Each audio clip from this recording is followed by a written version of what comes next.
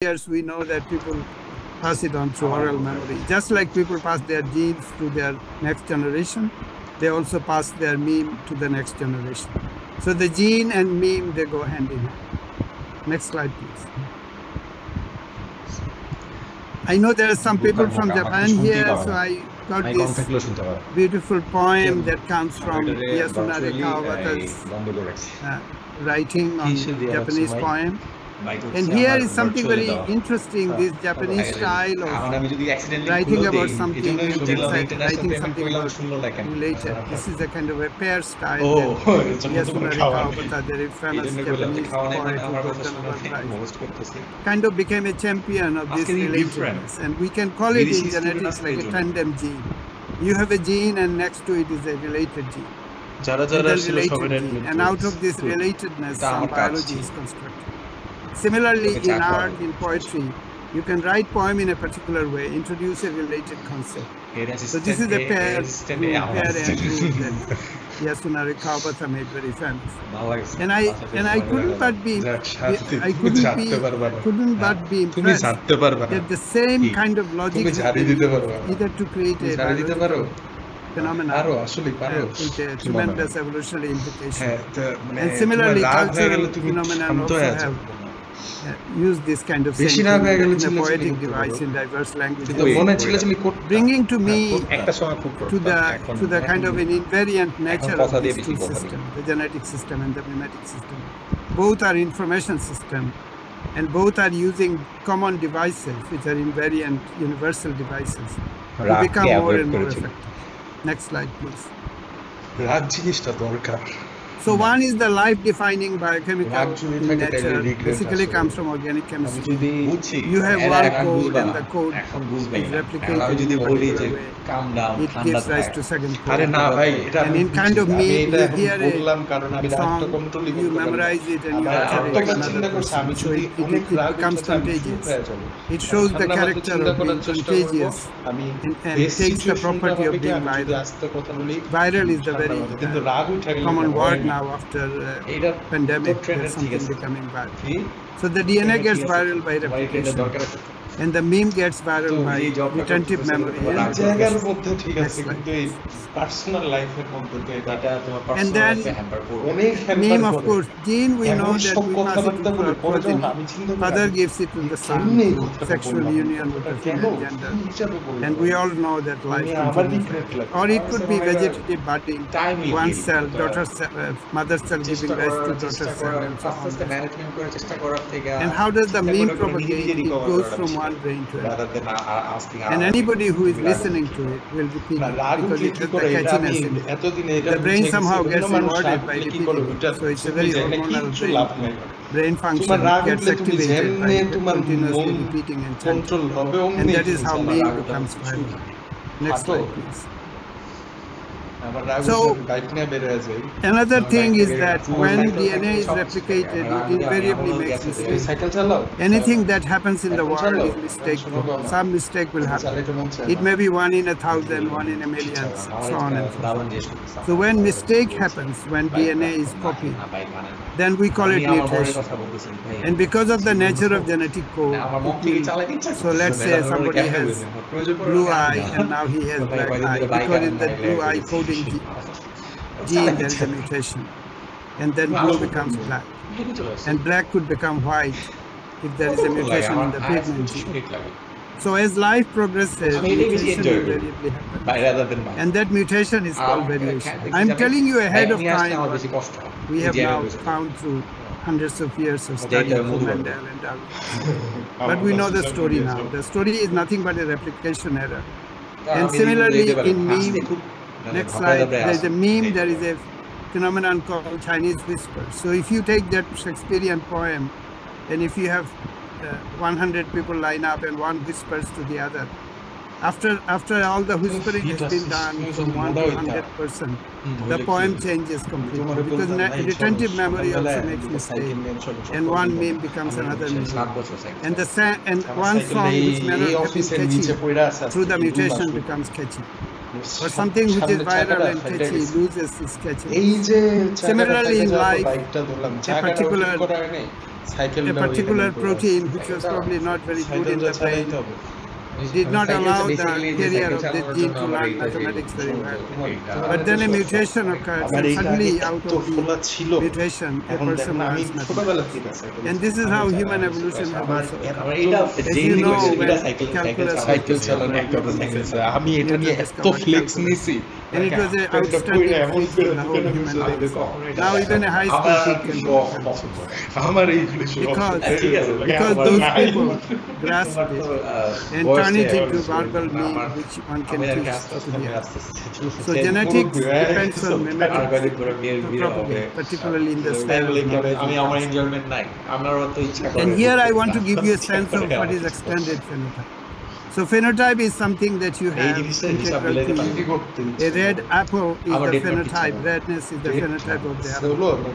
Or if I can learn Bengali poetry, then that is my phenotype. I have the ability to do some rhyming. But when I chant this rhyme, through the contagious nature of my rhyming, it goes to another person, it influences that person to do something. Hearing me chant the poetry, that other person also likes So what has happened now that my own phenotype has now become extended phenotype of another person. So the whole culture, it starts from genetics, it starts from an ability to do certain things, and then once it's propagated, it induces another organism to do the same thing, which he would not otherwise have done. So my phenotype is now extended. If I say to 10,000 people, then my phenotype is extended to 10,000 people. And that is the nature of both genetics and the mimetics. So without understanding the cultural relationship between gene and being, it's very difficult to understand the role of extended phenotype. Extended phenotype is not about poetry culture only. It could be, imagine a tomato plant in the world, green, and suddenly due to a mutation, tomato now becomes red. And as soon as it becomes red, a certain bird will start eating before the bird will eat. So because it became red and the bird likes the red color, now the extended phenotype of tomato is promoting its propagation because the bird will eat it, carry the seed all over the place, and suddenly there is red tomato everywhere. Not because of any inherent mutation per se of the tomato, but because of the extended. Next slide, please. Is the viral character is just the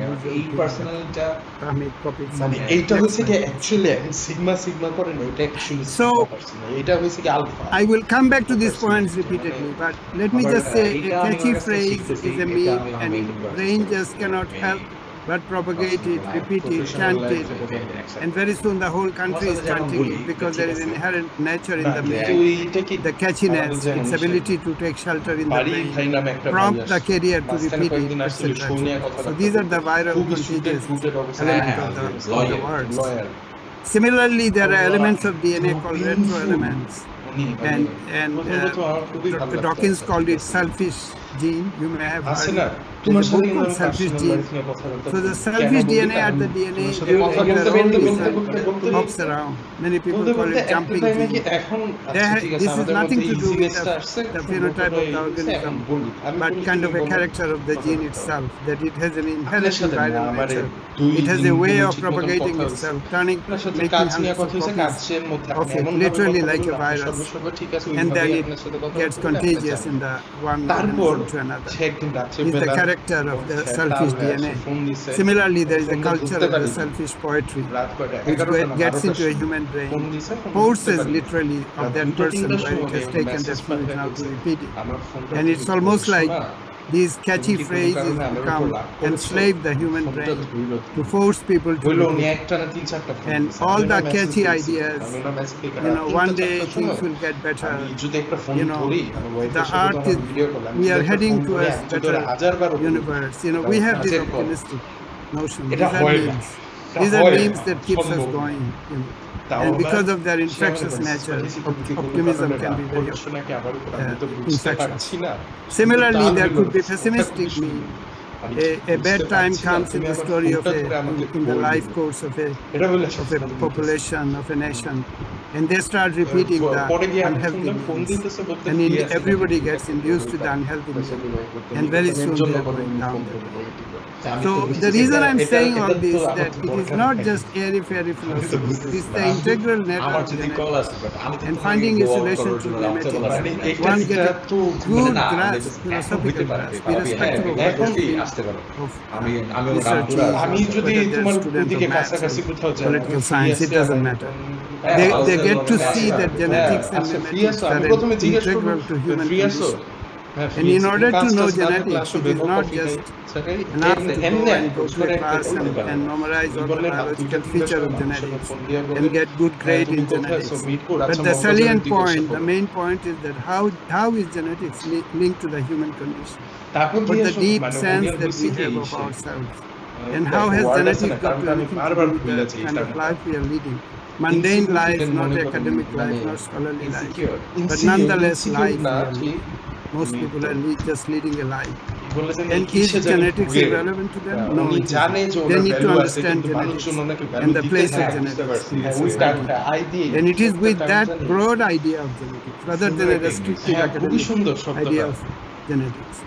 I am here in this room to tell everyone the broader story, the more attractive story of genetics and how it's related to culture. So the next slide, please. So I want to introduce you some key people of pre-Darwinian age. We always get to the Western system in the world. So you go to there and say, before Darwin there was darkness. Nobody knew anything about that. And suddenly Darwin figured it out because he got into this ship called Beagle. He went around the world. He went to Galapagos Island. And we know the whole story. Darwin wrote it in the original. The fat book. And I read the book very carefully. But the fact of the matter is that 500-600 years before Darwin, there are significant philosophers, and I have picked up on some of those that come from Islamic tradition, other tradition, Japanese tradition, Indian tradition, Mesopotamian tradition. There may be other people. But three of these titanic people. First one is Al-Jahiz, Abu Usman ibn Bahar al-Kimani. So he lived around 778 AD. He wrote the Book of Animals, and he had propagated early theory of natural selection, adaptation, and competition. You are welcome to go and read those. And what you read, when you read them, you find a striking similarity of what Darwin later said, like 1,000 years. So these ideas were, it is not that there was total darkness and suddenly, like a Newtonian apple, the story of apple, and some idea landed on Darwin's head. Is not the correct way of describing facts. It is also because of the fact that these people like Al-Jahiz and others has been kept completely out of the Western discourse. So they are very much there, but nobody pays any attention to them. They are never taught in the classrooms, as opposed to if he was a Greek or a Roman, then it would be taught. So I think Western education, of which we are part of, the academic education, is guilty of omission. And that omission is not very good, because that kind of omission leads to describing some people as inherently inferior or not part of the civilized discourse, and the people did not contribute anything to education. This kind of a bad theory of racism is a cause of these deliberations. So I would invite you to read Al-Jahiz and make up your own mind as to whether what he said has subsequent Darwinism. The next slide. So there are three titans. One is the Al-Tusi, I already said Jahiz. The second one is Al-Tusi. And they basically talk in an abstract way. When I read them, I wrote them rather recently in my career. I didn't know about them before formal education. But when I actually read, it's really what they say. I was amazed by the similarity of what happens in Sudan. So next slide, please. So Ibn Khaldun is a very powerful, towering figure. He wrote a history of the world called Al-Muqaddamah, and his whole history is based on what one would call evolution, of how diverse things happen, only something gets selected, and that selected one goes to the next level, etc. This conflict. And he, obviously, he's a religious man, so he invokes idea, by the way, which also Darwin and Newton did as well. So that is not the point. The point is that what he has said in 1333, 1406 AD, is very similar to what is now. Although, however, I must give credit to Darwin to do a lot of experimental specimen collection and flash and a lot of details. So Darwin's importance is not to be minimized, but is to be also added that similar thoughts were taught by other people. The next one, please. So after Jahiz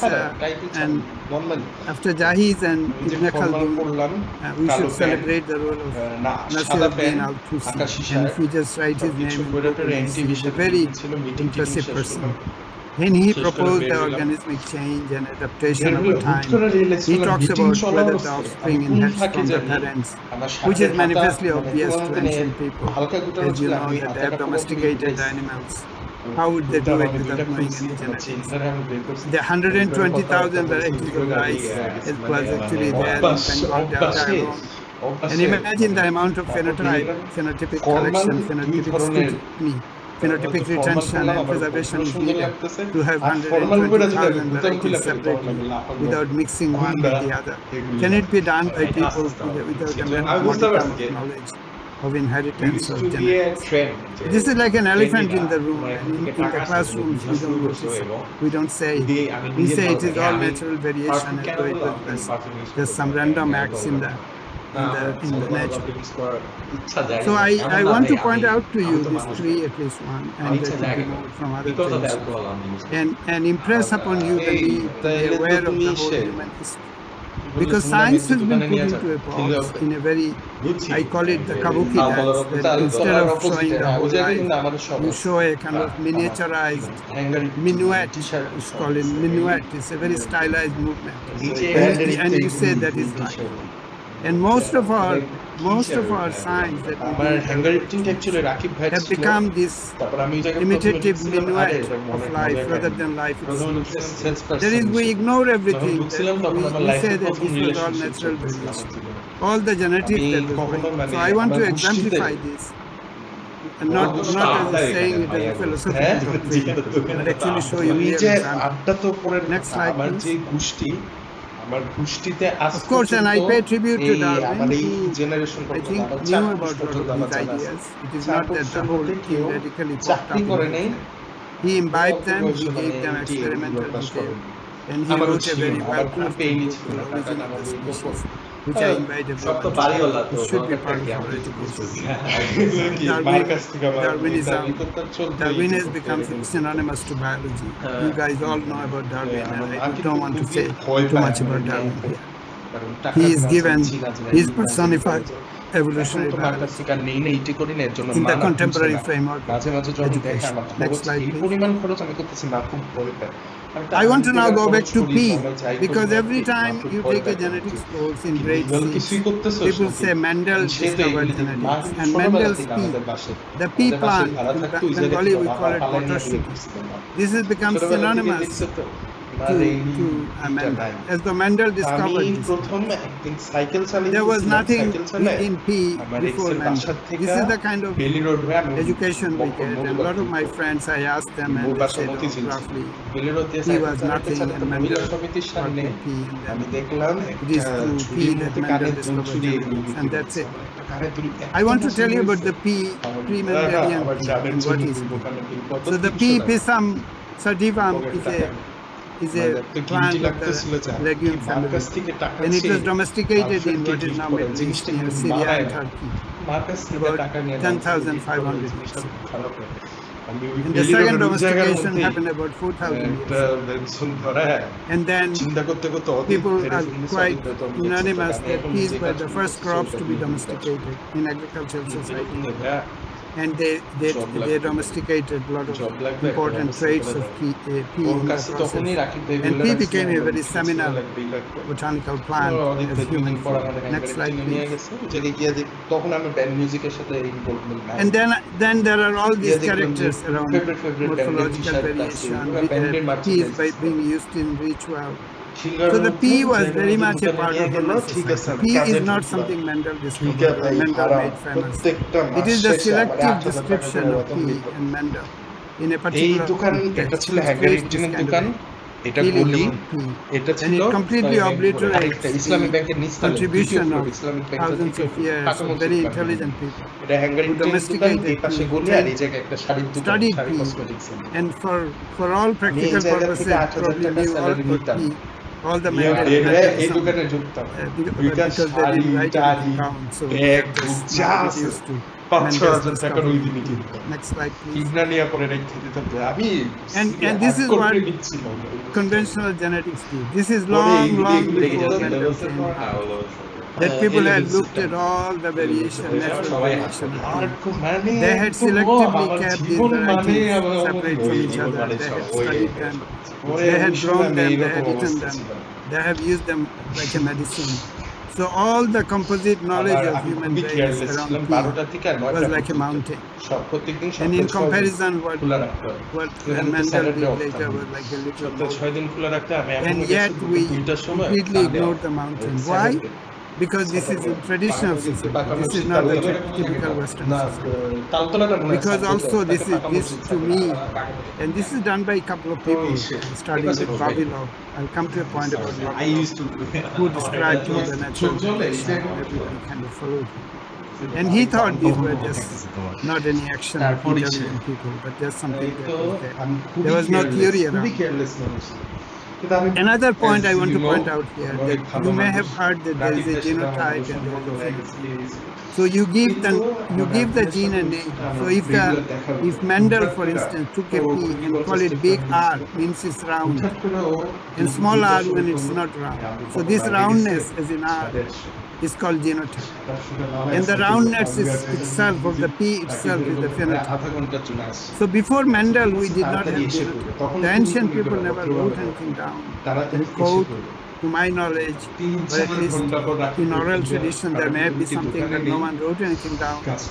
What we had, the product itself. We had the phenotype. And the whole history of human race with respect to genetics from primordial time all the way up to Mendel is simply a description of phenotype.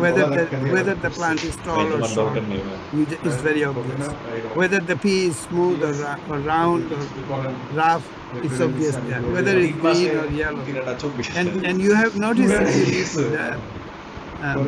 Mendel's work, that he has taken these traits, crossed one with the other, and rediscovered something which I think was really in my opinion, but I don't have any support for it, because I can't see how people have done all this stuff without having some theory. But Mendel had this material from time immemorial at his disposal from before. And he simply took some of them, did some very limited cross. And next class will describe, of course, Mendelian genetics. But it is very important to see that the pre-Mendelian genetics, pre-Mendelian phenotype-based genetics, pre-Mendelian observation-based genetics was like a huge mountain, which was very much there, and which our textbooks have ignored. Next slide, please. So I don't want to belabor the point of pea. I invoke the idea of pea because pea has become a totemic plant because of Mendel. Because Mendel did some experiment with pea and gave us genetics. This is our standard text. And what I'm saying is that there are mountainous amount of work on pea that was being done before Mendel, about which we seem to have no idea. Next slide, please. জায়গার মধ্যে invest করে পরে ওই মা UN Now I want to invoke the idea of citrus fruits. Another landmark. Citrus plants emerged in the foothills of Himalayas, the place where I was born and I grew up. And around my village, I noticed when I was very young, is that as far as eyes can see, there are hundreds and hundreds types of limes, lemons, orange, jambura, we call it, which is citrus. Yes? Do you want to say something? Hello? So it's okay, you continue. So citrus plant, lime, lemon, hundreds and hundreds of types. I had studied biology before, but it seemed to me very obvious that this was the land of citrus. And we also have in our language, I'm from Sylhet, and people say the Sylheti language smells of orange. This is the land of orange. And I knew that Jambura, which gives English language the word Jambura is the name of one of our citrus, which is the citrus land. So now there is a landmark paper, a series of papers, sequencing, a lot of these ideas are now coming, that the domestication took place 4,000 years ago. There was a unique domestication in the foothills of Malaysia, in Himalayas, my area, and there's another one in what is now China, where there is a single mutation which gave rise to sweet orange. And from this land, from Indian subcontinent, foothills of Malaysia, Assam in India, and Sylhet in Bangladesh, these fruit complex spread all over the world and gave rise to, next slide please, and gave rise to all these tremendous orange treasure that we are very familiar with. It increases the number of breed inside. We have one with seven breeds. And all these things, people who know details about this family of plants, they are ubiquitous in Indian subcontinent and particularly northern. Next slide, please. So it originated from this area in Asia, and now it went all over. It was taken to Middle East by the Persians. And when the Persians came to my part of the world, they called it anar rangi. This is a true Farsi word. Anar means pomegranate in Farsi, and rangi means color. They look into this fruit and they call it anar rangi. And if you write anar rangi, you can see that it's the primordial structure of the word and orange. So the word orange was literally created through this mime-dependent mutation from this anar rangi. And I just invite you to write A-N-A-R and write next to it write R-O-N-G-E. Anar rangi in Farsi means pomegranate color. So this pomegranate color Persian depiction became an orange or narangi. The Arabs call it narangi and the Spanish call it narangi. And they went took it to Spain, they took it to Middle East, they took it to America and to Florida. And now orange is known to belong to Florida. Orange is known to belong to Spain and Jaffa, which is now in Israel. But not to Bangladesh. So poor Bangladesh got the reputation, bad reputation of being land of disaster and flood and famine. But the world never paid any attention that orange originated from there, lemon originated from there. So to me, this is a direct way by which genetics or the formal genetics or the formal scholarship has been used, perhaps not deliberately, but through omission, to reward certain areas of the world and punish other areas.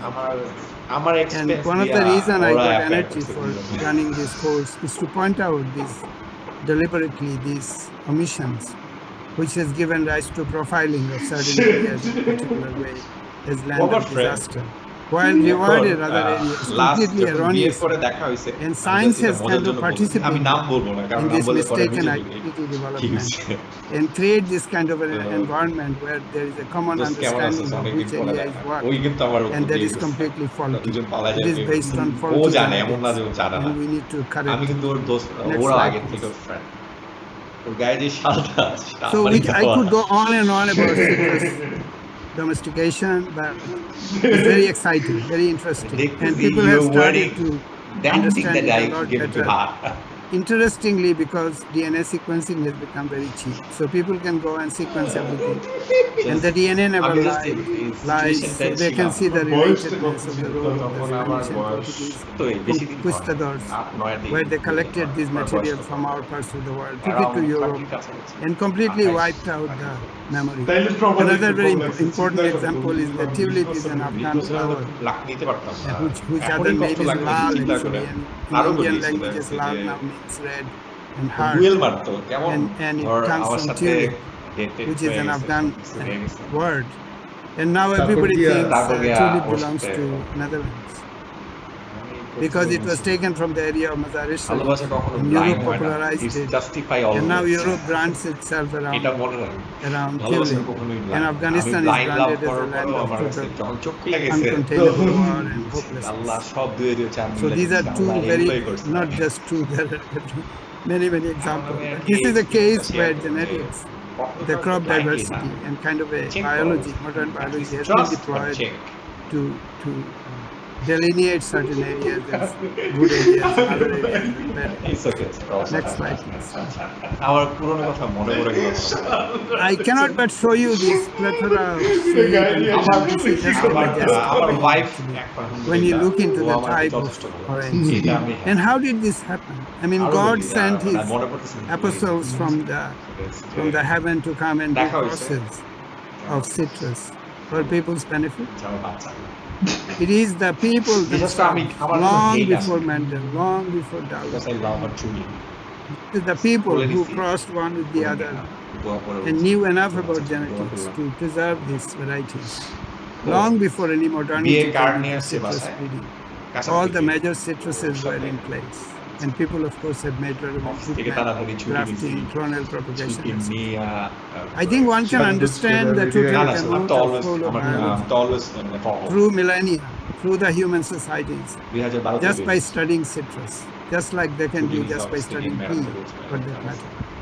Next slide, আমি please. একদম determined আমি একবার দেখব তোর চোখের দিকে Again, you know, I could go Maybe on and on. it's- There are a lot of slides here. এটা I ওটা think বলি the নাই slides available to জানো, students, ওরা and ওদের then ফ্যামিলিতে সবাই obviously genes, সবাই specific জানে। genes get involved, and which mutation is আমি upregulated. মানে So কাঁচা it কাজ তো enters করি the নাই। field of molecular biology, হয় না। very sophisticated. However, সবাই it is অবাক। very sad that the Business place show. of origin of citrus, like my area, Sylhet, has কেন? done nothing for the subsequent science. ওর বোন বলে So it is not কেন? just the fault of the Portuguese and the তারপরে Spaniards and the খাইলাম। conquistadors and the colonizers. It is not only their খারাপ লাগে fault. নাকি? It is Knowledge also the fault এটা of ছিল ভালো থাকবে which না due to apathy তার- থাকা and an উচিত। aversion to পুরো অনেক গান scientific বাজতেছে thinking নাচতেছে turned away from their Fruits. own golden tradition. এটা And now they have to go চোখের দিকে তাকায় না to the Americas and তুমি the তাকাও Europe নাকি? and না everything to আমার learn তাকাতে even চাইছি about citrus. অনেক চেষ্টা And করছি in those countries, in মারা my খায় own না। birth ভালো country, লাগছে না আমার in মিউজিক Indian তখন থেকেই subcontinent, I don't see a mega ছিল center of ভালো লাগে না citrus. I don't see the তারপরে intellectual leadership out of নিচে নামলাম citrus. এক cigarette China, because it's become very rich now, has paid আমার attention to ছোটটা it. ছিল A lot ওই যে of আমার ও জানে powerful papers are coming from ও সামনে খাই China. না You know, Professor Pallav is here. I Cigarette draw gas. attention to the fact that বৃষ্টি why is বাইরে in the বাবা Indian বৃষ্টি subcontinent is a মানে powerhouse জুলাই এই in this সময় 24 treasure তারিখ which belongs to O Indians. তোমার ডেটও মনে আছে Next slide, please. Islam Now I want to, I always Bishti like to বুঝতে পারা believe the theory of three. So I have covered চল ভাই, tea, I have covered এটা ছিল citrus. Now হচ্ছে I want to এই cover eggplant. সংসদ An ভবনের এই পাশে eggplant একটা বড় recently has become very restaurant ছিল না famous যেটার মালিক in Indian স্পিড মরে গেছে হ্যাঁ, হ্যাঁ, হ্যাঁ। because people have put কি BTG. দিয়ে নাম It is as though এখন নাই eggplant Yeah, suddenly has eggplant become famous ছিল। glorified because there is a transgene has 14 তেই তো gone মনে হয় from যাবে। bacillus ওই তো আরো আগে ওরা to করছিল Yes. তো এই জন্য Everywhere you ওইটা write in the ওইখানেই Western হয়েছে। discourse on eggplant, it's biti brinjal, biti পরের দিন brinjal. আবার বিয়ে অনুষ্ঠান It has to do with GMO আমি যাব and ডিসাইড করছি some পাঞ্জাবি obsession স্ত্রী করে about রাখছি। turning everything into GM. এই And বৃষ্টিতে suddenly the whole এত diversity, জ্বর, somebody told মানে me, I went to India, 104 Delhi many জ্বর। years ago, and I was সাবু received সিগারেট by দিয়েও নামতেছে না। Professor Chopra, who is the আমরা আরেকটু head of হসপিটালাইজ করা লাগে। এই বৃষ্টিতে ভিজে আমি বাসায় গেছি। সবাই ভাবছিল যে ও শোকে আমার Indian Agricultural Research. এটা তো And আমিও he ভাবছি। showed me the না, huge collection of আমার কাছে ও শোক, আমি শোক পাই নাই। in Delhi that they're আগে mostly থেকেই collected from what is determined now যে Bangladesh. যে Because this is the পরে center of major biodiversity in the তারপরে Mymensingh, the eggplant. And I'll show আমি you যাবো in a না, minute my পাঞ্জাবিও own করছি। work in আর পারি না, পড়ে গেছি, the বউ primitive নেই। eggplant. সবাই গেছে And I বাসায়। asked, and I was very impressed. I was বিয়ে very শাড়ি লোকে happy দেখতে that কেমন someone লাগে has আমার taken জন্য the না, pains to collect আরেকজনের the জন্য তো results. সাজছে। And people come to পরে me এগুলো চিন্তা করে, now আরে because I'm দোতলা, in the আমি Western world and I do করছি। molecular biology.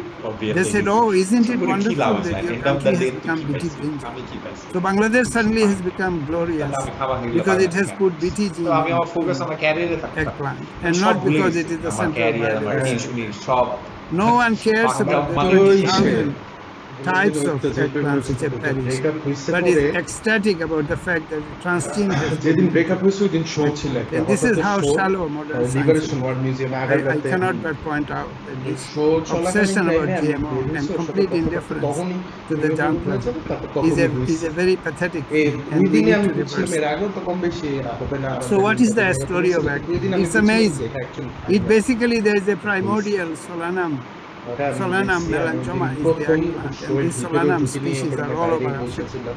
And there is কাজ one শেষে event, there is আমরা one আসলাম, single সিন্ডিকে আস্তে event আস্তে কাঁদছি। which চোখে took পানি বেরিয়েছে, ওই one of the আমার primordial বাবা মারা Solanum যাওয়ার from পরে গিয়ে Africa বাবা to 2014 তে মারা গেছে। ওই 2014 তে আমি last And that কাঁদছিলাম। plant, তারপর আমার one কান্না আসলো। introduction, ওই দিন গিয়ে আমি probably কান্না one person in a খুব sheep অবাক or হয়েছি। something, who knows, না, ওই দিন অবাক হয়েছি। in that ওই দিন কাঁদছি, prehistoric বাসায় time, আসলাম, বাসায় এসে became মা the দেখে mother of ঘুরছে। all the subsequent মা অনেক কিছু eggplant বোঝানোর চেষ্টা করলো। Next slide. আমি সময় কি আর বুঝলাম না।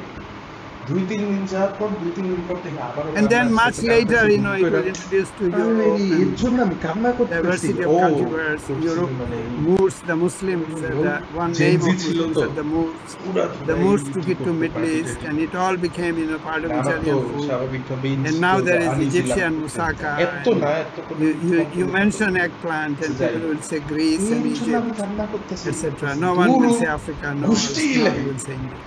I can আমি assure you. নিজে চেঞ্জ Next হব, slide, আমি please. একদম পুরো চেঞ্জ হয়ে যাব, career, life. So this is a very সবকিছু convoluted, আমি এবার long পড়াশোনা history. It is one of the সবকিছু reviews করে of আমি Pacitan. ফাটাই I don't দিব। want to spend too much সেদিন time on রাত্রে it. ধরছি, But suffice it to say that eggplant started in Africa 3 mass. and went to one single event to ওর কথা লাইবা না। became the mother or of কথা all the Laiba না। আমার eggplants, কথা হলো হচ্ছে brinjals. লাইফে মজা Or করতে the হয়। Persians call it bangan, ভাই রে ভাই। and out of the bangan came the word brinjal. এই জায়গাতে Next slide, তোমার please. আমার মধ্যে পার্থক্য আছে। আমি এই So জায়গায় here I spiritual became very obsessed with the eggplant আল্লাহকে এমন and ভাবে ডাকা discovered শুরু a করছি, primitive এটাতে আমি মজা eggplant, পাওয়া the শুরু Solanum turbans, which is করছি। also গাঁজা one খাওয়া of the পাইছে, mother- whatever it is. On the left ঠিক আছে। picture, you can see the ওই সময় giant মানে যেই fruit দিকে তুমি And that is the মনটা যাবে, undomesticated focus হবে, ওই wild দিকটার মধ্যেই মজা করবে। eggplant, এটাতে আমার primitive এত হাদিস eggplant জানতাম type মানে বাসায় that is আমার growing in my বোন, village, আমার- but আমার it is cousin completely not মামাতো domesticated. বোন It's a wild ও এখন weed. অনেক বড় হয়ে গেছে। So I have collected it and I জানো তো, have কাজিনের partially সামনে domesticated cousin it in the আমার sense সামনে that I মানে can collect the ব্লাডের seed না হইলে আসতে পারে and না। I can grow more of বাসা it. টিভি ভেঙে ফেলছে। So I want to turn it into a crop, the Solanum turbans. কাজিনে বসে আমার সাথে Another হিসাব utility করতে of that is থাপড়া that if you ফাটা graft ভালো। it to ordinary বাসায় যদি আমি যে শুনছি eggplant, আমি ঢুকছি then you get massive high crop of eggplant, very powerful crop of বাসায় আমি ছিলাম একটা because ত্রাস। this weed is strong.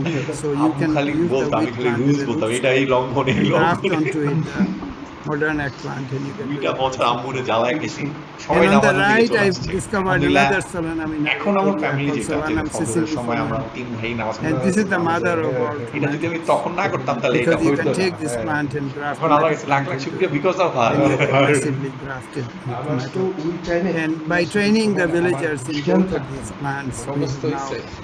increased খাইছি, their প্রচুর number খাইছি। tremendously তারপর and গিয়া trained the কইরা, village মানে women ওই সময় to do আমার the grafting. wife, Next slide, or please. সাথে আমি বেস্ট ফ্রেন্ড ছিলাম, আমার কাছে থেকে।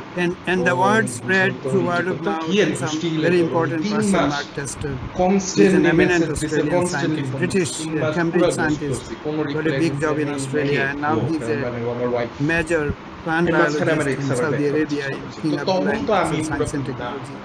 When I গ্যাসও told him গ্যাসও about the আমার কথা grafting যে একবার experiment, গ্যাসও মানে গ্যাসও he didn't একবার believe it গ্যাসও and he তুমি wanted to see দ্বিতীয়বার it in his যাবা own eyes. তুমি দ্বিতীয়বার So he যাবা came over, গ্যাসও and this is গ্যাসও the মাফ case করো of, so you আমি can see on এমনি the করবো left না আমি my তোমার farmer কত colleague গেছি Rasa, এই he's কি করে showing বেড়াইতাম everything, and the তারপর right কি he's অদিত copying, ভাই photographing everything, হাতটা mark, ধইরা and নিয়া he went এই back and গেটসের টকে now they ঢুকাইলো have a successful grafting program আমি আসো in গেটসের Jeddah টকে in ঢুকাইলো Saudi Arabia. So this is a case in our own little way. We have একদম এই mobilized the জায়গার মধ্যেই villagers. Check We have domesticated tomato and eggplant relative. We have deployed it into grafting experiment. And I believe that we have played a little role in kind of a neo-domestication of crops. I'm thinking of adding colchicine or something, doubling the chromosome, and turn these wheat fruit into real fruit that our ancestors might have done at some point. But imagine when I look into all the product that has come through prehistory from our ancestors, I am just completely staggered by how weak modern science is. Because if somebody gave somebody this little fruit containing one that I have isolated and gave millions of dollars asking it to convert into eggplant, I am convinced that no one will be able to do it for millions of dollars. And yet our forefathers, they had the advantage of having time. But they gave us a gift of genetics through, without any theory, at least without any written theory. They have given us the complete list of thousands and thousands of crops, which are our food, and we are proud of them. We marvel at the citrus and the eggplant and the tomato. And the little remnants have still remained in our villages as we discovered. We recover. And we are also trying to domesticate them. Next slide. And this tells a tragic story. This picture shows everything and naming the vegetable and what we used to have 100 years in 1903, and what we have now is in the bottom. So you can see the incredible genetic erosion that has taken place. Because we have not taken care of them, because we have not taken care of them, paid attention to them. Because we did not even acknowledge that they existed to any kind of meaningful. We did not preserve them. And what we have is now we have lost most of it. Because we did not craft a theory around it. Because we did not value it. In our universities, we thought that this is not important, this is just garbage. And this is starting mainly in the 50s and 60s. We have lost the biodiversity of most of it. And as a result, we are much more impoverished nutritionally. As a result, we are much more impoverished in our soil, in our understanding of genetics. And our education has become a little shell, a little set-piece drama, when we should have grasped the whole totality of human existence. We only have a caricature of a few theories. Next slide, please. So I want to end with this beautiful Japanese poem.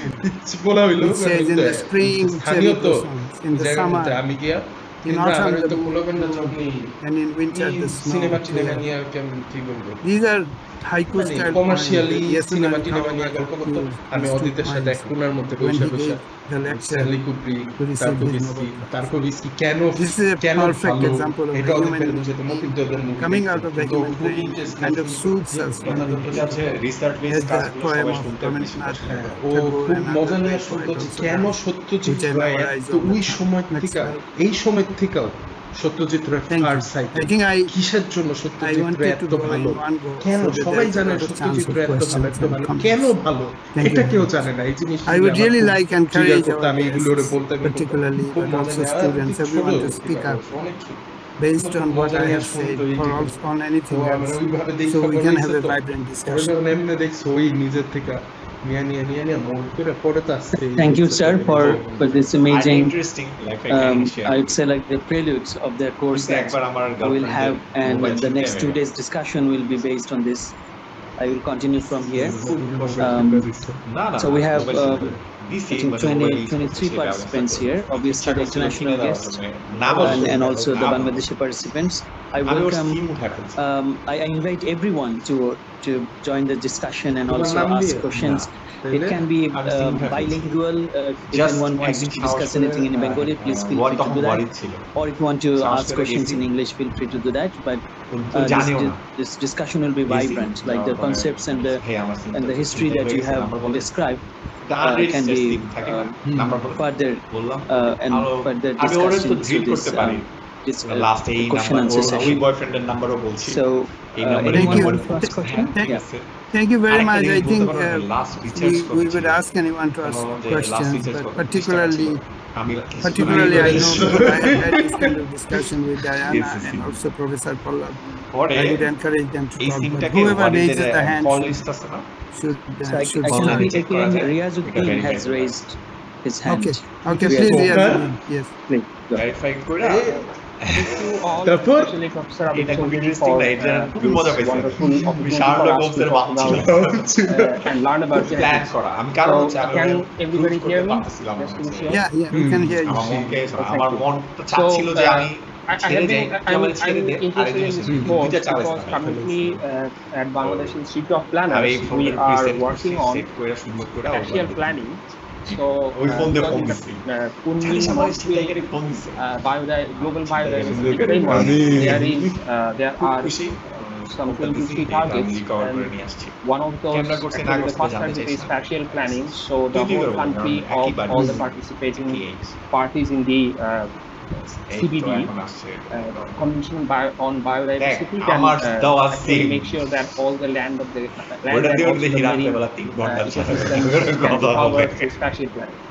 So in that exercise, I have been trying to make sense of being an urban planner, trying to make sense of also the biodiversity that are actually affected by human settlement and their economic activity. And I have been I think I'm just changing my thoughts after having attending this lecture. I've been thinking, okay, there has been an opinion that human species like the Homo sapiens has been the most invasive species on the earth, maybe. So we are actually doing a lot of harm. But I'm just thinking whether I can also sort of see it in a different way based on what has been discussed so far. Because like birds carry the seed from one place to another, in the way you have explained the role of human being in laws that has happened because of just narrowing down or not passing the knowledge that has been indigenously accrued in the society over time. Because maybe modernity has created a disconnect between what has been there in maybe for thousands of years and what we have gone through modernism. There might have been a lack of or disconnect that has created some void, and that might have caused the loss. So, I mean, what I'm trying to say is, or trying to make sense of is whether we can actually use the knowledge of genetics to and try to fill the gap that has been created from pre-modern indigenous society that has contributed without sort of documentation in preserving the genetics or the biodiversity to the new modern world, where actually, especially for countries like Bangladesh, there are limited efforts to bridge the previous knowledge. So that's just, I don't want to take too much time. I think I have communicated my point. Yeah, I think it's a very good point, and obviously first we have to recognize that pre-Mendelian genetics existed, something very valuable existed. At the moment, we don't have any recognition of it. So if you go to a textbook, there is nothing on biodiversity. Biodiversity comes in a very special CBD convention, very specialist discourse. When you go to a class 8, class 9, class 12, first year of university, you don't really see. So one way to, meanwhile, they have disappeared. That's tragic. Sometimes it's kept in plasma banks. Other time they have disappeared. I have spent last 30 years of my life to collect, so I have a very large collection of extinct rice varieties, what had become extinct. It's a laborious way Citrus is a tragic case because Bangladesh is an epicenter of citrus biodiversity. Yet you do not see any attempt to protect it, DNA sequence it, catalog it. It's not there. So I think we can come back to you, and it's a very substantial point you have raised, and we are recording everything anyway. This is being recorded, right, Mushtaq? Yes, sir. Everything has been recorded. So we'll come back to you, and this is a very significant comment. And I think we probably should move on at the moment, but we'll come back to it, and we will be there for the other. Diana, do you want to make any comment? আমি disagree করি, আমার স্টেটমেন্টকে disagree করি। এখন disagree করি এবং তখন আমার স্টেটমেন্টে দাও ভুল হয়েছে। Can you hear me? Yes, I am very excited to hear your concept, which I actually didn't know about before, the genuine concept. And I really have to say that how many years ago we worked together? Now, Abbott, I can't calculate it. Maybe 25 years ago. Okay, so I have to say at that time it was my first postdoc in Canberra, right? And CSIRO, there were many brilliant scientists around us, me and Abbott, right? And for me, it was always the discussion that I had with them and the discussions that I had with Abbott was always totally two different things. And so Abbott was always the scientist that had many different alternative views. Even though we were kind of, transcending the same type of information. I mean, we could meet at the molecular level, no problem with that. But all the other people could not speak about anything else than molecular level, right? So I just wanted to say that just now I was taken back all of those years to those discussions that I was having with Abbott there. And I guess there's not so much in terms of kind of specific questions. There are a lot of things that I found that Abbott we have in common now, even after so many years. You're saying you're collecting this rice varieties, and it is really wonderful. And I've recently started a project on Physalis, which is for the family that Abbott described also the eggplant and the tomatoes, right? And it's really amazing to have all of these amazing plants, and you get to taste some plants that are not domesticated. They're not these large fruits and so on, but they really taste really good. And I don't know, have you ever had tried Cape gooseberry, it's called? Yeah, there are actually some variants of gooseberries that there in Bangladesh. Yes. As well, right?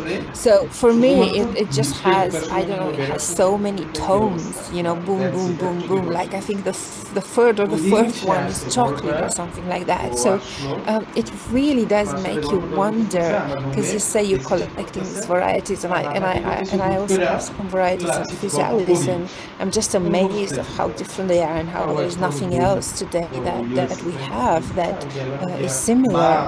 And just thinking back through time, like you just said, like from where all of this were coming, and it totally makes sense that Mendel couldn't have come like all of a sudden and all of a blue.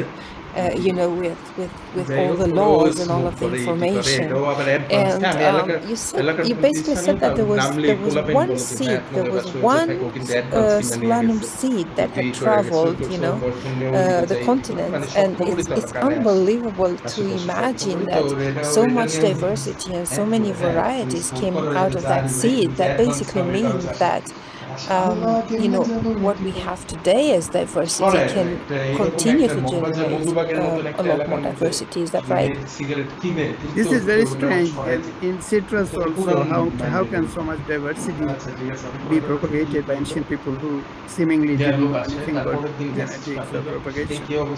And the same thing goes about eggplant. So these are questions that and the previous speaker also spoke in the context of conventional universities. So I think for the moment, Diana will come back and there will be 2 more lectures and everything is being recorded. And I'm hoping that this course is not an end in itself, but we'll create intellectual groups in the future with WhatsApp group and other points of discussion. I wanted to now go to, before I go to the students who also but I wanted to hear a bit about Professor Pallab, with whom I have communicated over LinkedIn. Professor Pallab, can you make some comments in the light of what in fact, Namaskar. I am talking from India, a western part of India, basically called Gujarat. Very close to Ajmer Sharif Dargah. Now, in fact, one thing fascinates me because I was involved in it in my childhood, and that was grafting. In our childhood, in our garden, in a railway, in a government quarter, we had a garden and we were doing it with rose plants. And with very unpredictable varieties of color and, you know, even the flowers. Now I wonder how grafting came in. Like, how did we people got idea that this can be done, or this is the method of doing it? I often wonder, our ancestors knew it, so we continued with it. I understand. But at that point in time, I even didn't because I was very early in the school. I think Mendel was taught to us in class 7, 8 kind of period. You know what she is? So, if any day she knows about this, she will still forgive me, but she will be dead inside that day. And that day, I swear to God, I don't want to.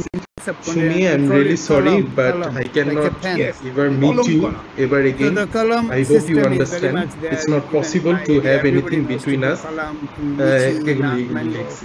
There is no Western intervention. Western people did not teach. Kalam is an indigenous She had you first and she deserves it. This tomato solanum species, I know আমি ওর জায়গা কখনো নিব না, but যদি তোমার পক্ষে possible হয় তুমি আমাকে পাশে রেখো, আমি তোমাকে পাশে রেখেছি, তুমি প্রান্তিকে ভালোবাসো, কোনো সমস্যা নেই, এটা she deserves it, but if possible তোমার left hand হিসেবে হলো, because genetics implies some kind of theoretical knowledge. So theoretical knowledge came on because even Darwin was talking about pangenome and so that's very recent. But the actual biology, and this is the rub, this is the thing I'm trying to emphasize, that the whole scholarly activity, academic activity is painting a picture of biology, which is a very truncated picture, which is not the real picture. To be honest, the real picture is exactly what you're saying, that how come people knew about grafting in Indian villages, subcontinental villages. How come people knew about so much about all the plant varieties, and even domesticated, clearly, rice domestication took place in Punjab. And by whom?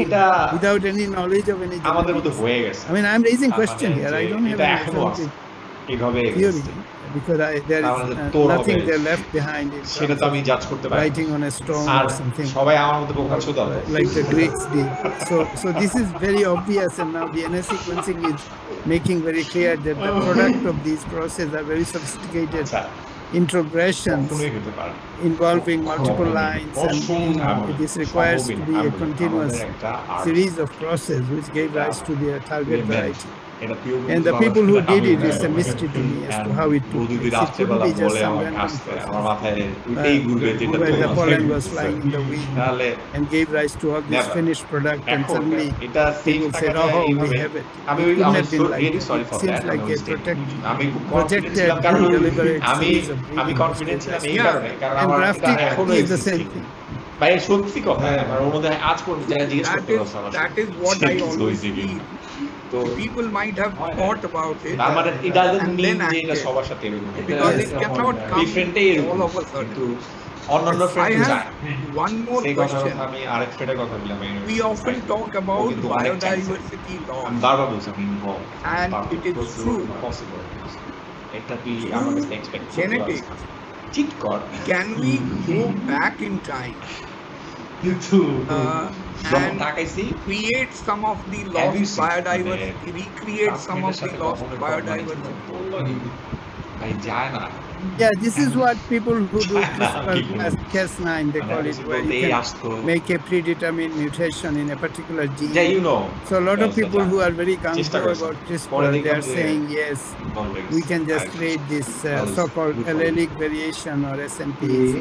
But as I will cover in the course tomorrow and day after, that the technology is not strong enough to do that. So and also biodiversity is not just DNA sequence, it's the whole contextual existence of the organism.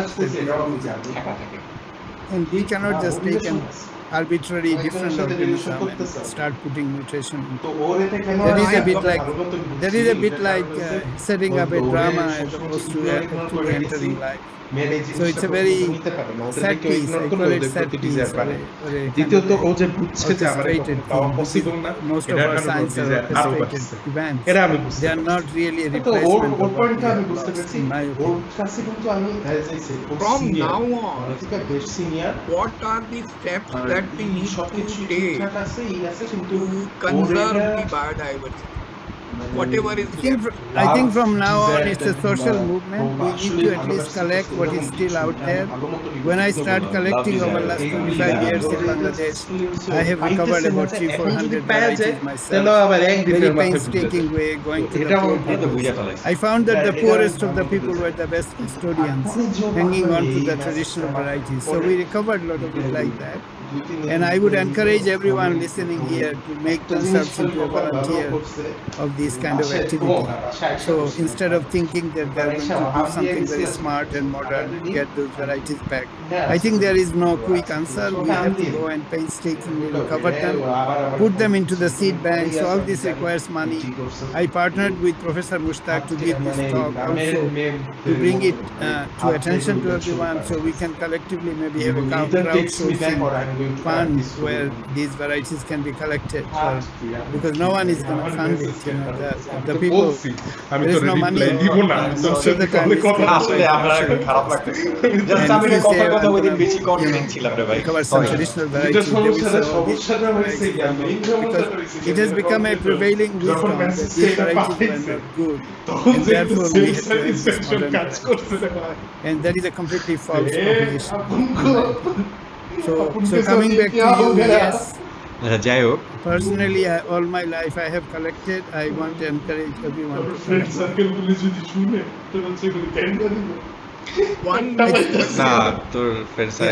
Before I end, this is of course, do you have any plan to provide internship in Genofax in future? Yes, we are very interested in having trans in Genofax.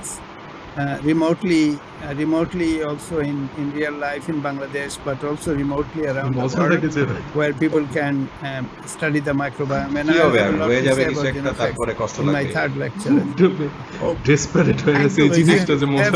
If you have somebody good, ask them to contact me.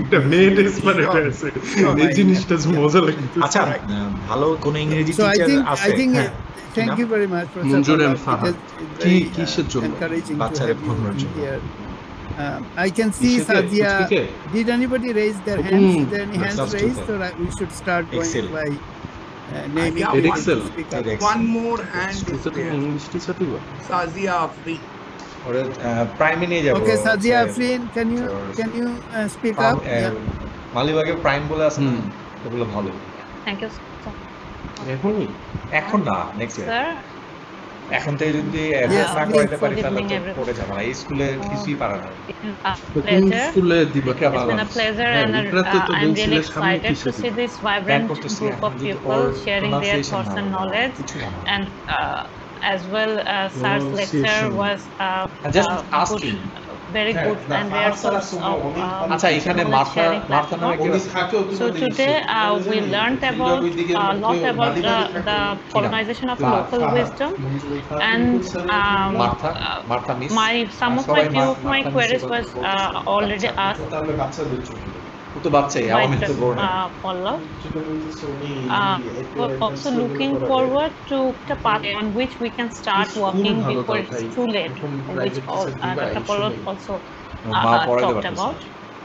And like if there anything we can do, like work on policy level or in the marginal level, so that it's before it's too late, we lost all our local seats. How can we start working from now? And how can we influence the policy makers to make it priority from now on? Yeah, thank you very much. So I think these are some of the action points we will act upon some of those things. Because we are not just our platform is not about giving some seminar only at the intellectual level, because we are trying to connect with action-oriented people, so we can have actual correction, actual remedies at the policy level, actual literal collection of the writings. All these actions will come back to you. So I think you are already connected with us, and I think after this 2 more lecture is finished, we'll have about 100 people who would have taken this course. So there is an overwhelming ongoing interest. So very soon we are thinking of having a large community, and then we'll divide up the chores and try to raise funds and do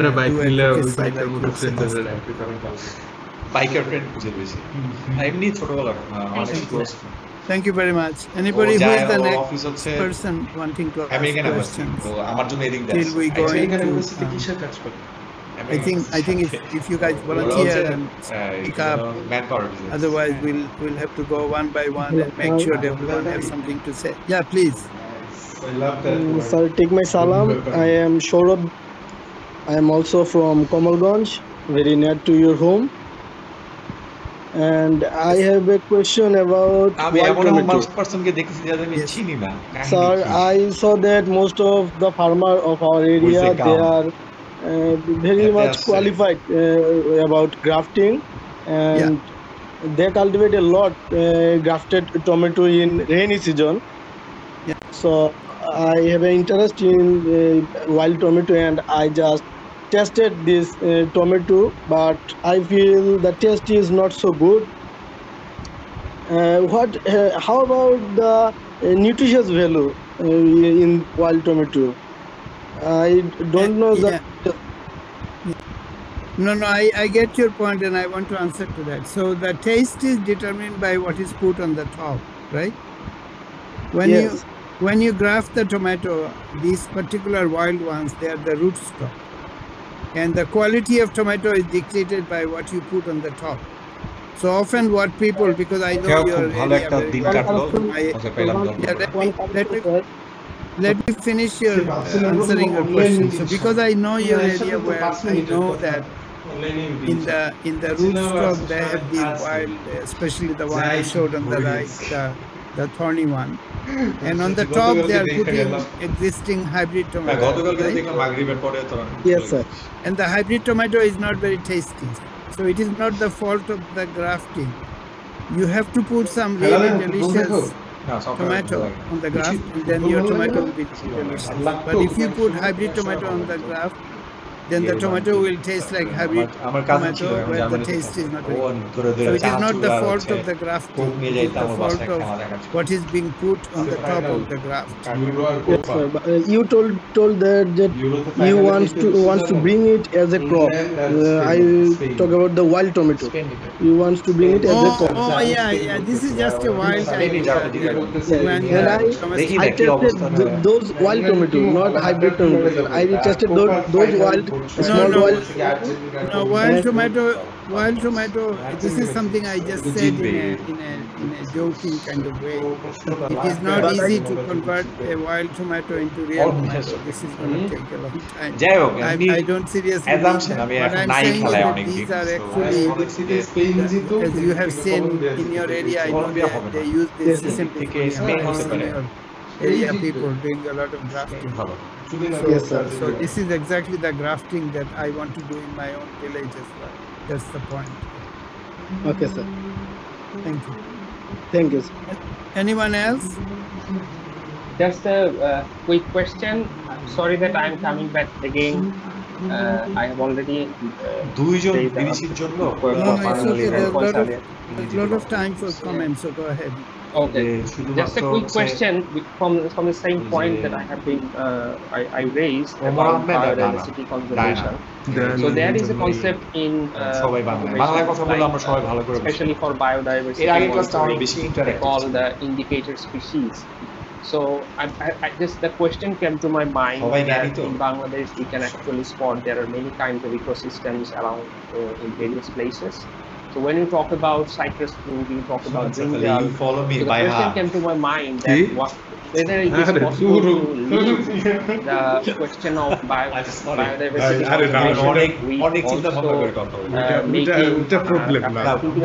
suddenly all of a sudden হঠাৎ করে আমি একটা statement দিছি এখন ওটা মনে পড়ছে এটার সাথে এটা আবার একটা ভালো পাওয়ার শুনো আমি তোমারে বলি এটা হইছে কি আমার মনে ইচ্ছা ছিল এখন আমার একটা এক্সকিউজ লাগছে এখন এক্সকিউজটা and linking the indicator species যদি না বলতে তারপরে যদি আমার biodiversity conservation because actually it is not possible to monitor and measure all the different species that exist in all places in Bangladesh. But if we can link with the economic incentive of making crops, also creating or identifying species so that one can monitor the ecosystem properly and also then link it with markets and so on. I'm just thinking about a possibility. Just quick question or comment. তোমার ধারণা নাই এখন daddy issues কত চলতেছে Biodiversity of eggplant is especially the area called Gophergaon. Gophergaon is historically known as the epicenter of eggplant biodiversity, and there are still a lot of eggplants remaining in Gophergaon. So I would encourage you to do something so we can launch a massive collection effort if it is still traditional varieties are still there for eggplant. The second is the citrus fruit all over Sylhet. Our lot of limes, lemons, all over Sylhet is the center of biodiversity of citrus fruit. So I would launch a very major effort in preservation of our citrus fruit. They are often done vegetatively through grafting. So these are the two things that, because you can't do so many things. And rice, of course, is my favorite. So I'm already working on recovering a lot of lost varieties of rice. So these are the three things that I have thought about, and we can talk more and launch some joint effort.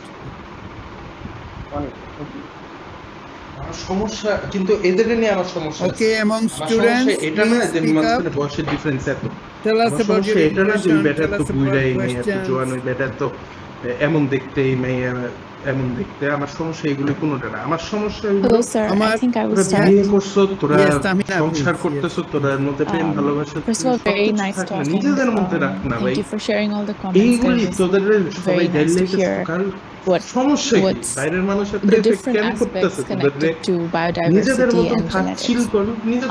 I just wanted to make a quick comment that as you were talking about grafting, like for instance in villages or in my grandsister's and my grandfather or my father, they knew how to do grafting. হ্যাঁ আমার জামাই বুড়া আমার ওকে ভালো just লাগছে আমি stopped and they just had to হ্যাঁ do আমি it. জোয়ান আমার Eventually, আমার ভালো লাগছে বিয়ে after করছি তো urbanization, people moving to places where they don't টাকা have দিয়ে a বিয়ে garden, করছি and আমরা then they don't do simple all শেষ this plantations. We kind of কিন্তু lose ওরা the skills. এটা দেখতেছে For instance, my ওরা কিন্তু father এখন still এটা does দেখতেছে some crafting and like some kind of work back in Noakhali, but we have never been there and we don't know how to do that. And there is also no documentation that is being kept over the years, which is why I think the knowledge is not there anymore, and we're losing the knowledge. And I just want to focus on the importance of documentation and the importance of sharing these knowledge for the next generation to be able to think about preserving, think about the old techniques and know all the differences that has taken place over time to be able to at least preserve what there is, if that makes sense. Yeah, very important point. So we taught ourselves so our farmers became so powerful আমি যদি আজকে একটু কাজ করে আসি Mark Tester came all the way from Saudi third Arabia class to see কোন our একটা কাজ technique. করে আসি So this is a case of I deployed almost like 100 people to have this tomato grafting workshop, if you can call it that. And we developed 10,000 tomato seedlings which were grafted. So this is something I've done recently, maybe 2 years ago. So it can be done. We are weak in writing about it down in a precise way, so that অনেকবার চেষ্টা করেছি manual, I think we have to develop manual, and I'm also thinking of using অসম্ভব আমি যদি কখনো এগুলো নিয়ে করে জিন্দেগিতে যাব না কেন যাব ভাই ওটা আমার জীবনে কালো দাগ and I think the student who talked about এটা নিয়ে আমি গর্বিত থাক যাব না এটা নিয়ে আমি গর্বিত কিন্তু আমার আশেপাশে there is also a lot of people there who যে জিনিস নিয়ে আমি কথা বলতে so I think we can do tomato grafting, eggplant grafting, and there is also a lot of fruit tree, lychee, mango, etc. grafting. That knowledge is still there, it has not become extreme, but we need some effort and some funding to turn it into manual video description of how exactly to do it. And so we are looking forward to doing that in the future. ওই জায়গায় বসে এই কাহিনী আমি দেখে তো উড়া দিলাম এই কারণে যে Thank you very much. Tahmina, she's from University of Queensland, and of mine for a long time. আমরাও বসে Thank you for showing up. আমি তো এখানে সবচেয়ে বেশি 6 মাস And at one point ফেব্রুয়ারিতে 27 তারিখ থেকে Tahmina has done ফেব্রুয়ারি 27 তারিখ থেকে gene editing, especially making fusion protein kind of video. Welcome as the co-host now. Mustaq Ilvanayab is the host now. So yeah. Sorry, can I intervene in this discussion about grafting? আমার মা this story দিছে সময় খারাপ হলে আপন মানুষগুলো খোঁজ নেওয়া বন্ধ করে দেয় পরিস্থিতি তোমাকে I want to encourage Tahmina to go and take any tomato from the shop and get the seeds out and start grafting. I don't know, on your windowsill. You don't need the farm for that. I just want to show you something. So I'm in my cacti glasshouse. This is a seedling. Can you see the size of this? Yeah. It's about 3 years old. I've grown it from seeds. And I want to say that first time I've learned grafting was in high school. And I picked up on my hobby from high school about 3 or 4 years ago when I restarted growing my cacti. This is the same seedling that was grafted, and you can see the size of it. Wow. So the idea is that the graft allows you to make the plant grow a lot faster. So I have a corner in my glass house that is my graft that I'm grafting on. Can you see the shoot came from there? I now have three shoots that I can use for other grafting. And as I said, this is something that I've practiced a lot when I was in high school. By the way, I want to show you a mature plant, what I'm aiming for. This is probably 20 or 30 years old, right? So once again, that's the seedling that I started from seeds. That's the one that I've grafted, that has been here for a year or two. It is much bigger than that, can you see? And that is the adult plant that I've edited. So grafting actually works because of the natural ability of plants and tissues to connect to each other. It doesn't take so much skill. It takes a little bit of common sense about plants, and I very much encourage you to try to do it without anyone teaching you, because it's the plants that are going to contribute to your success. Self-reproduction. Thank you very much. Thank you, Diana. Thank you. It's wonderful to see your facility firsthand. And I think when I do it from Bangladesh, I can show my whole farm Bangladesh as well. It's great to have Diana with us. Actually, it's storehouse of so much ideas. Okay, I'm taking the camera off. Back to you. Who else wants to say something? Omar, do you want to comment something, Omar? এর জন্য বেশি interested আজকে class আমি কিছু বলবেন না আগে থেকে সব So I can see Okay, yeah, please, Aki. Yeah. You are the only person who কিছুই জানো না. Hello everyone. Yes, Aki. Yeah. NSU. Yeah, thank you for the opportunity. As I am from different background, I think it's far away from molecular biology or genetics, but after having this class, question actually a question I'm interested to present or express my opinion. I don't know whether it will be useful or not, but what I'm saying is about domestication of wild plants. As far I know, we have lots of varieties of wild plants that are edible, rather than we are concerned about, or we are only relying on limited number of plants such as maize or rice, just some energy producing crops which are famous worldwide, but rest of the crops are not having so concern. So except for grafting, how can we bring this domesticating method to public, or to how can we bring these methods accessible to people who are actually concerned in conserving the wild varieties or diversities, and who are actually farmers, we can say.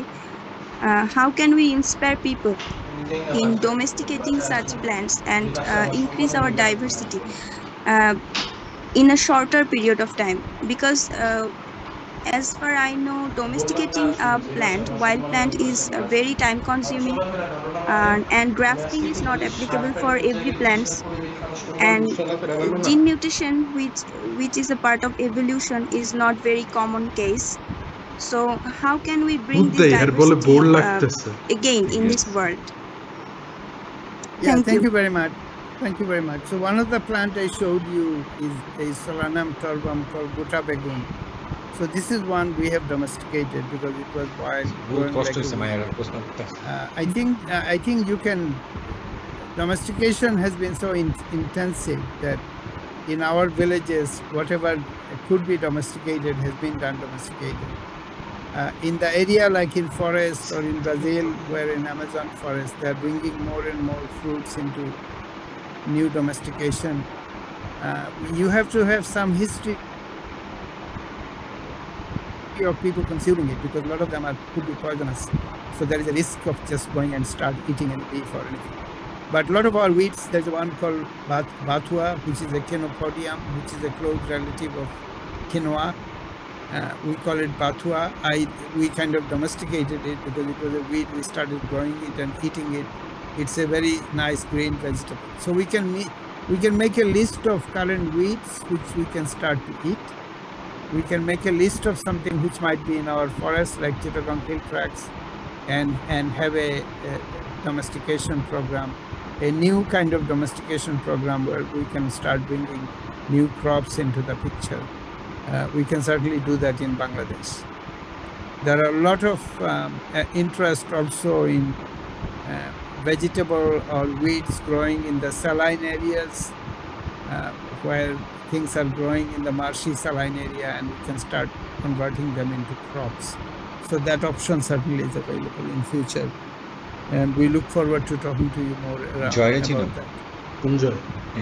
I think Omar, you started to say something, so can you please speak up, Omar?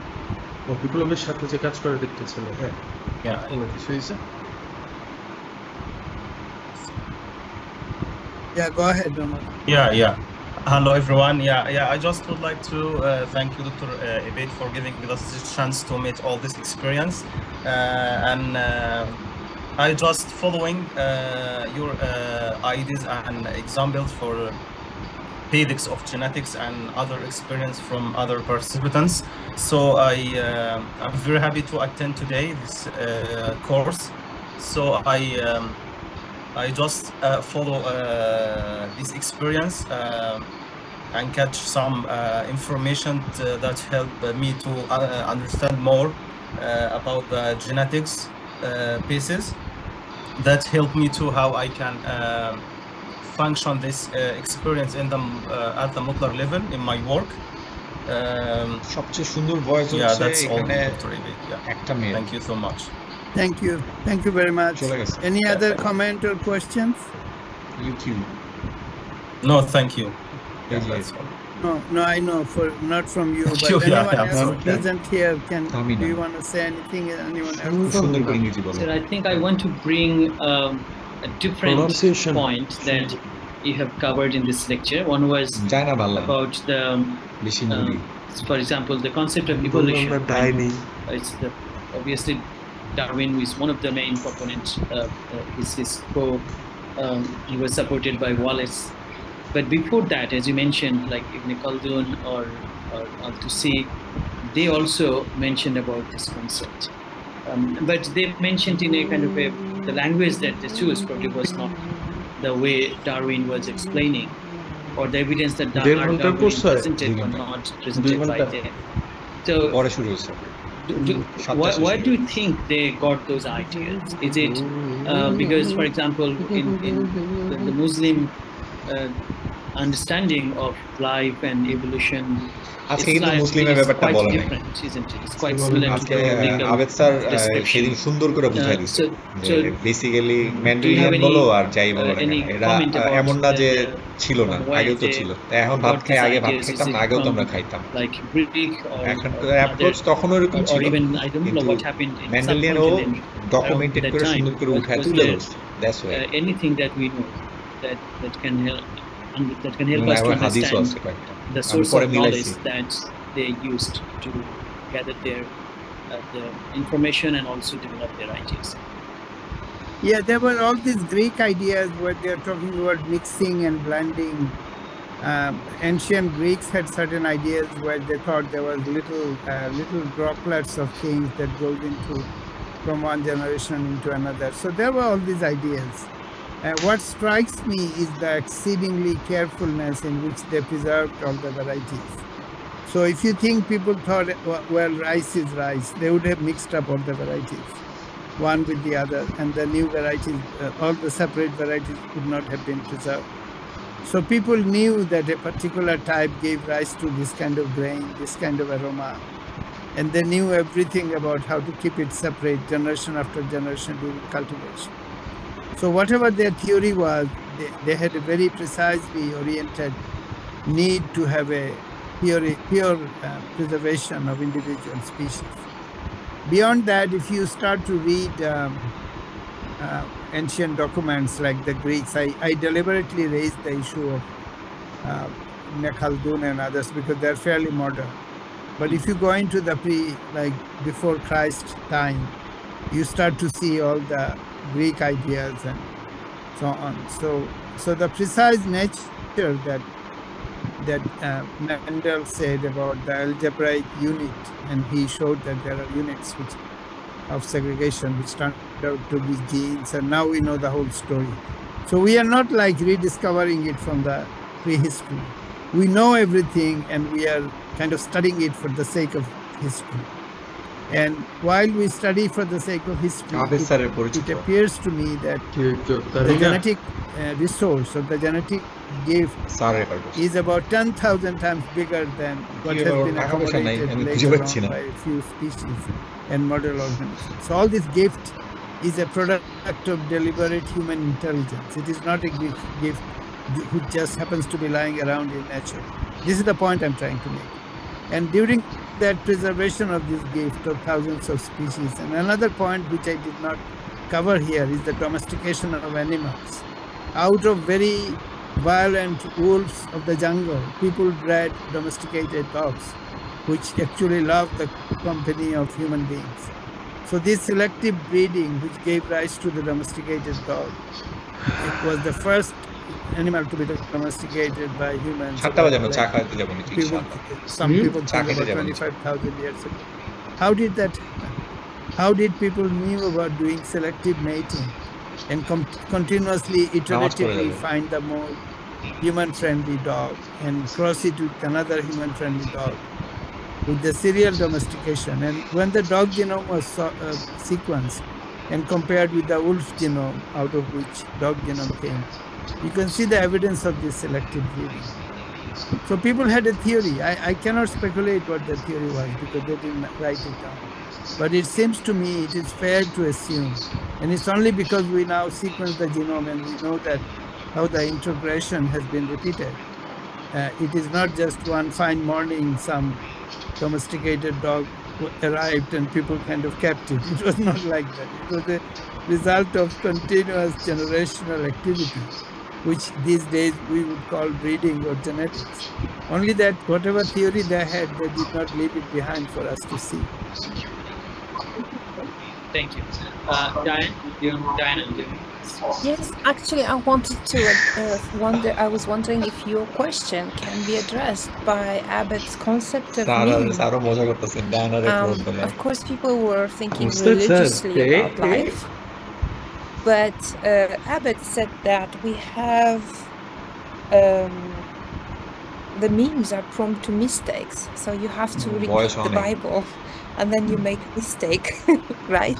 And then it becomes viral. So I think the idea could have evolved accidentally, I mean, based on the gene and meme theory, right? Abbott, what do you think of this? I'm very amazed. When Arabidopsis genome was sequenced, I was literally reading the genome from one chromosome end to another, like a book. And I found that what is intervening sequence, what is an intron, is the real body of another gene. So the gene has been shuffled around, introns has been created de novo from successful gene, and some successful gene later became a graveyard and unexpressed pseudogene or an intron. And that is so, this is so similar to if you had a bunch of text being reshuffled and the juxtaposition of text with another creates a poetry. And if you had a real experiment where you could turn it into music, you can see there's a continuous kaleidoscope of new creativity emerging. And life is, the DNA is very similar to that.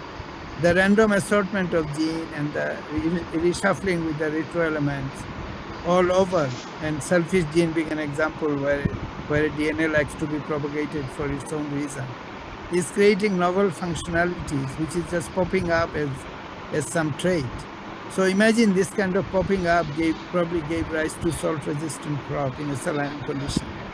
And suddenly you have a salt-resistant because of DNA was being shuffled around, and suddenly salt resistance emerged, 1 in 10 million. plant, but that rare one plant survived and gave rise to all the subsequent salt-resistant plants.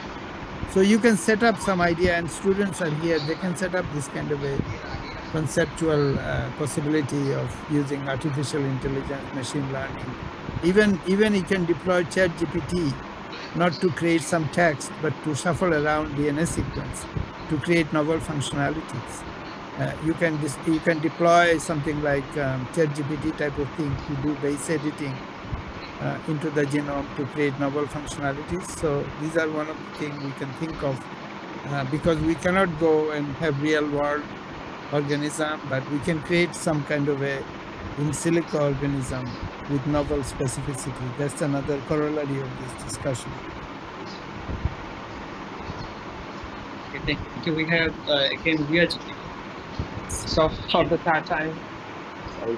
So I though I'm not because I'm not an expert in the field, my knowledge is very limited in this area. But regarding Professor Abed's question or thought about the proposition that in the indigenous community, maybe in the prehistory, there were some theory based on which they used to crossbreed, perhaps. I'm just trying to make an epistemic loop into that proposition. Maybe this is not necessary. Just I'm talking about a possibility. It's not necessary that they had a theory behind what they were doing, but maybe it was just an empirical experimentation that you can see it as a series of experiments that they were doing with grafting, crossbreeding, selective breeding, and so on. And everything had actually evolved through a process of empirical experimentation. Maybe there were some degree of tacit knowledge that have guided them in doing that based totally on some sort of experience they have gathered over generations. I'm just talking about the possibility as a comment. Thank you. Yeah, very true. So I think they had a charter of action, and one thing led to another, just like cooking food. But even in food, no one writes down a cookbook in the ancient time. But there was all this knowledge of what turmeric was good for, what garlic was good for, what ginger is good for. The problem is all this knowledge were tacit knowledge, oral knowledge passed from almost some kind of a classic. 6500 It was never written down in an analytical way, which was started by so-called Western tradition. So this is one of the reasons that a lot of these so-called quote-unquote Eastern knowledge is not thought of as serious knowledge. And this is the same reason when the biodiversity people made a catalog. And I read those, it comes from Vavilov and his follower Jack Harlan. These are the two people who talked about all the ancient germplasm. Basically, আমার কিছু সন্দেহ মনে হচ্ছে সেটা হচ্ছে যে দেশে বানায়া ভিয়েতনাম লাগাইছে Vietnam. It was just a part of natural law. That's how they are writing. And explicitly, they are even saying that these are not varieties unless they're being acted upon by modern science. So they're passing some judgment. People are eating it, they're in the field. For hundreds of years, people have eaten them.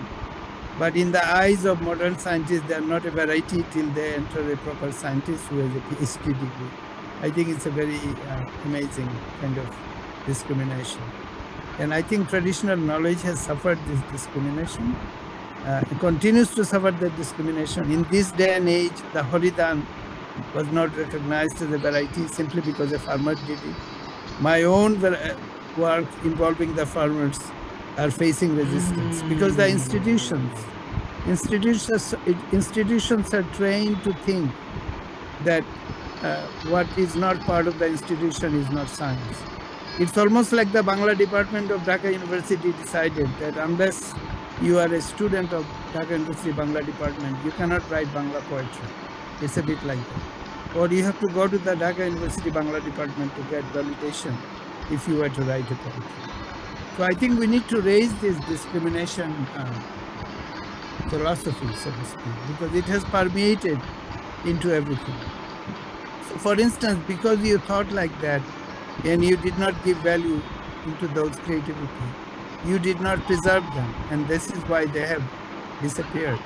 And you create something out of modern science, You patent it, you give good value to it, and it doesn't become extinct.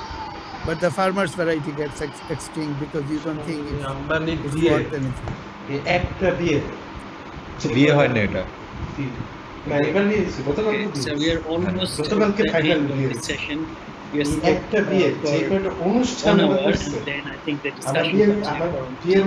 It's really good. It's exactly what you wanted for this course. It's not only that the speaker will have all the saying, but also the participants can contribute. I think it's bad if it is 50, good if it's 50-50, because as you know, any speech, once you have given speaking for an hour, it gets to be very difficult to keep attention. So I think last time I broke it up more, but this time it was kind of, I was engaged with the subject matter one after another. So I spoke non-stop for an hour. But I think the subsequent discussion were very substantive, informative. Yes, so Professor Pallab and others, we have number of very substantive. Even শুনলাম কখন India আসে we are obviously recording everything some kind of text at some point. And Mushtaq and I, we are quite overwhelmed by the response it has created, and the response continues to be there. So we are very happy about this discourse. ওরা তো অনেক generation ধরে বড় জেনারেশনগুলো দূরদর্শী। You are going to continue this course? Well, if there is interest, we'll continue. It will be dictated by the ongoing interest. Yeah. Okay, I got it, because I'll encourage more students to join it. You know, there is always a learning, and university syllabus doesn't cover all that you are discussing. মানে আল্লাহ বলছে যে আদমকে যদি আমি একটা ওট পাহাড় বলবো কি আরেকটা ধর। Secondly, you know, so from theory of special এখন ও অনেক পাইছে, তার মানে হচ্ছে ওর এইসব ডিজাইন নাই, অন্য লেভেলের অন্য কিছু ডিজাইন আছে। And আমার শখ নেই, ঠিক আছে। I feel it fascinating because I feel that মনে হয় people in those days who thought out of the box সব নাই, ও যেমন একটা ডিজিজে আছে and who keenly observed and inferred. They are not only বলছে যে ও চিন্তা করতে পারবে না। I mean, unsung heroes and kind of people we have not heard, I mean, they remain unheard in the books of history. So one is that, and then sir বললো না, কে বললো যে how মোটা থেকে চিন্তা করতে পারবে, কষ্ট হবে, মানে tough life mysteries are still তারপর থাইরয়েড সবগুলো মিলে very much unknown to the students in general, and the interest doesn't spark or how variety came into life when we come to human, when we come to racism, when we come to the old concept of mongoloid and we don't know how to explain them. There are people, there are students, I think it will help them a lot to have a scientific temper and at the same time understanding in the light of science. Yeah, very good point. So there are a lot of bad theories going around, different cultural ideas, which is saying one group is better than the other group, and false history. All this is going on, so it should be addressed. The second thing is that I always find that the traditional society, the rural society, the villages, they are always being সবচেয়ে ভালো মায়া লাগে সালমান খানের জন্য বেচারা, because everything is tied up with what is going to make money. সবগুলি ইভেন্টের মধ্যে গেছে জোড়ায় সবগুলি শাহরুখ থেকে শুরু করে ক্যাটরিনা সালমানের সব এক্স গার্লফ্রেন্ড গুলো। Similarly, you know, you can make argument about anything, that poor people, older people, they are not value to the society, so you should get rid of them, that sort of thing, or you should not pay attention to that. So I think I'm a very political kind of person as well. I don't believe in neutrality of knowledge. I think knowledge is always serving the power, and I don't want my knowledge to serve the power. And that's one of the reasons I have started, or I'm putting all this energy in giving this alternate version of biology. And I would obviously like to convert as many people as possible in my own ways. So this is not just knowledge transmission for me. This is also a kind of socio-political activism. Very true. Very true. And Dr. Chaudhary, have you heard of Arc University in India, Dehradun? No, I haven't. Please connect me to them. Okay. Okay. So I think at least in the subcontinent, if we can come together, people intellectuals of India, intellectuals of Bangladesh. I spent a lot of time recently in Jordan and Egypt, and I found a lot of like-minded people in Egypt and Jordan as well. So I think in a Asia, East Asia, West Asia connection, and Genofacts is also very much in my mind, which we'll cover in the third lecture. So Genofacts also wants to talk about digital health and that kind of thing. So I think your presence will always be most welcome, and your ideas and innovative thoughts. And in Japan, there is a very powerful group. Diana is part of it. There is another lady. There's a Japanese group who are interested in epigenetics and a lot of biological ideas and theories. And as you might have noticed that I have tried this course not in a technical biological way, but more like a socio-political narrative, which I think gives this course a particular energy, so that people start to see how genetics fits into the bigger scheme of things, which is absolutely missing in universities. Sir, I will have a question for you tomorrow, not today. The time is getting over. I have a doubt, or I want to know if ecophysiology has an impact on genetics. Okay, I'll give it a thought and cover it tomorrow. I think we are in the last few minutes, so I would ask Mushtaq to say some parting words, and then we'll wrap up. Yeah. Thank you, sir, and thank you, Professor Pallab, Professor Diana, and everyone else who attended from home and abroad. As I said in the beginning, it's really very encouraging to see the internationalization of this course, which obviously was, we didn't have this in the mind with but we can see the nature of this course, the way it is delivered, the content which are covered, and also I think the broader aspects which the course has already touched is really very wonderful, and it's not, as Professor Pallab has mentioned, it's not seen in the traditional classroom. So we hope to see tomorrow, and tomorrow obviously the Mendelian genetics and also the other classical things will be discussed. But for everyone who is, I think there is no harm to raise new issues and also to bring new topics to discuss to this discussion table. But the activity that we have seen today, we hope that it will continue to work. But also the other, especially the students who didn't speak today, we really encourage you to speak tomorrow, because this course will be more effective, and the outcome will be, I think, more attractive if everyone participates in this discussion. So we're looking forward to see all of you tomorrow. And Dr. Abid Chaudhary, thank you so much for this amazing lecture today. Thank you. So we end today. Thank you, everyone. Thank you. Thank you, Dr. Chaudhary.